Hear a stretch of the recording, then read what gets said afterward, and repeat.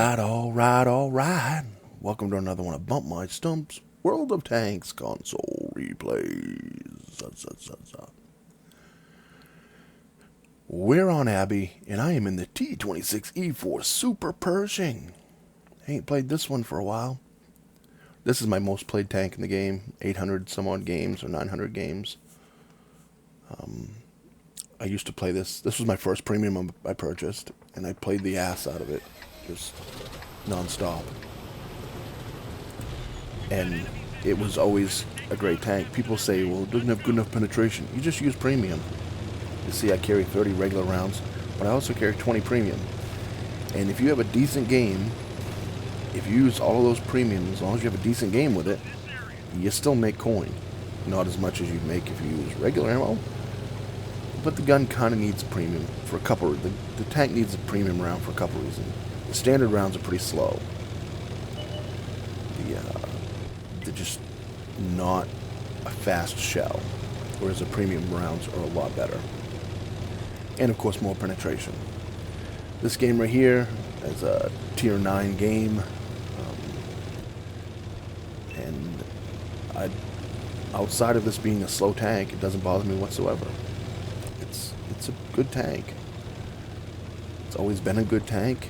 If it was a little bit faster, it would be a really good tank. But as long as you don't mind, capping out at 25 kilometers an hour or whatever it does, it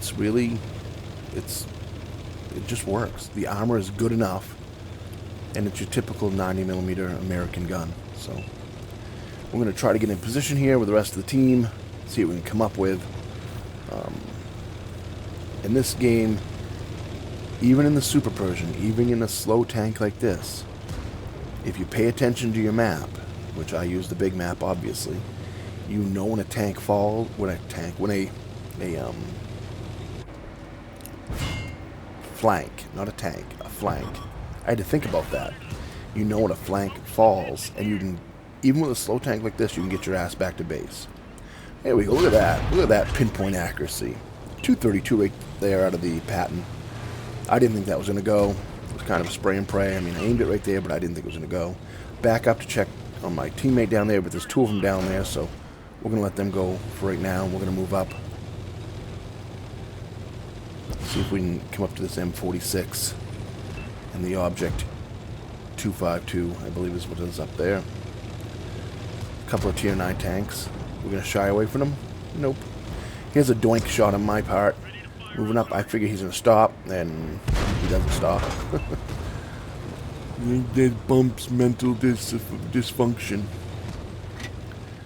Right there, let's see if we can get one into this guy. Come on, pull forward. Object 252. Come on. Oh, lower plate, lower plate. Yep, 234 into him, and I'm pretty sure I bounced his shot, right? Bounced 440, so that must have been him, I believe. So we can get another one into him. Come on. Come on. Come on. Another lower plate. 242 right there. And this right here is kind of my fault. I was trying to track him. And, yeah. This shot right here is bullshit. This is just bullshit. Just bullshit. How did that miss from that distance? He wasn't going fast. He wasn't bullshit RNG. This one won't miss though. 219 right there out of the 𝐔-Tiger. The 𝐗-Tiger. Can get one more into him. Finish him off with a 1, 2, 3. Get out of here. And right now, I can see that we only have one tank at B8. And no red tanks in the middle of the map at all. So my thought process is they're on the 8-7 line. That's where most of their tanks are, I think.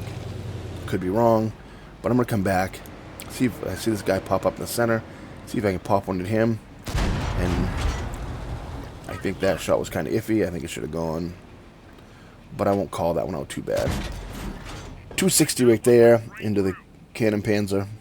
Now that's shows you the speed of the standard round. It's a very slow round. And when you're shooting them exclusively, you need to lead tanks quite a bit. And right now I notice, okay, my tank destroyer is gone on 7-8. I was already ready to hit on the way, even with my slow Super Pershing. I can get back to defend the base. They've got 3 tanks rolling in on our artillery. 4 tanks, I believe, rolling in on our artillery. Nah, I guess it's 3. So, and our artillery is gone. So, we got 2 tanks on the 6-7 line coming up. So I'm not the only one that realizes, hey, time to get back. Although the 3 tanks I think that was with me on that side all went for the cap. Maybe some of them are going to circle around behind them as their thought process. But I'm pretty sure they're all going to be up near our base by the time they get there. We do have help. There's a couple of tanks over there right now working on them. But we have one in the cap and they can't get to the cap. So I'll do it. Hello, WZ111. 233 right there. Went straight through. We get another one into him. 272 right there. Took out his fuel tank.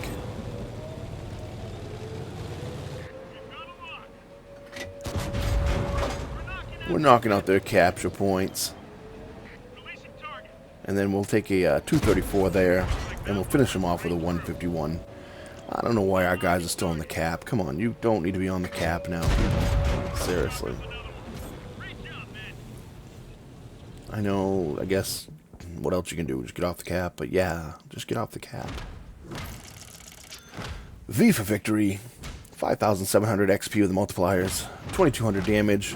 Only a 2nd class mastery. It was not a great game.